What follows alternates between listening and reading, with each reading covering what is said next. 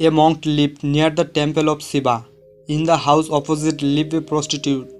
Noticing the large number of men who visited her, the monk decided to speak to her. "You are a great sinner," he said sternly. "You reveal your lack of respect for God every day and every night. Do you never stop to think about what will happen to you after your death?" The poor woman was very shaken by what the monk said. She prayed to God out of genuine repentance, begging His forgiveness. She also asked the Almighty to help her to find another means of earning her living. But she could find no other work, and after going hungry for a week, she returned to prostitution. But each time she gave her body to a stranger, she would pray to the Lord for forgiveness.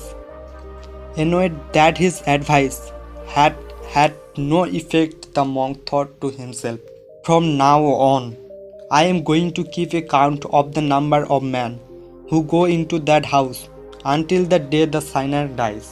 And from that moment on, he did nothing but watched the coming and going at the prostitute's house, and for each man who went in, he added a stone to a pile of stones by his side. After some time, the monk again spoke to prostitute and said, "You see that pile of stones? Each stone represents a mortal sin committed by you. Despite all my warnings, I say to you once more, do not sin again." Seeing how her sin accumulated, the woman began to tremble. Returning home, she wept tears of real repentance and prayed to God, "O Lord, when will you mercy free me from this wretched life?" Her prayer was heard. That same day, the angels of death came to her house and carried her off. On God's orders, the angel crossed the street and took the monk with him too. The prostitute's soul went straight up to heaven, while the devils bore the monk down into hell. They passed each other on the way, and when the monk saw what was happening, he cried out, "Is this your justice? O Lord, I spent my whole life in devotion and poverty, and now I am carried off into hell." While the prostitute, who lived all her life steeped in sin, is borne aloft up to heaven.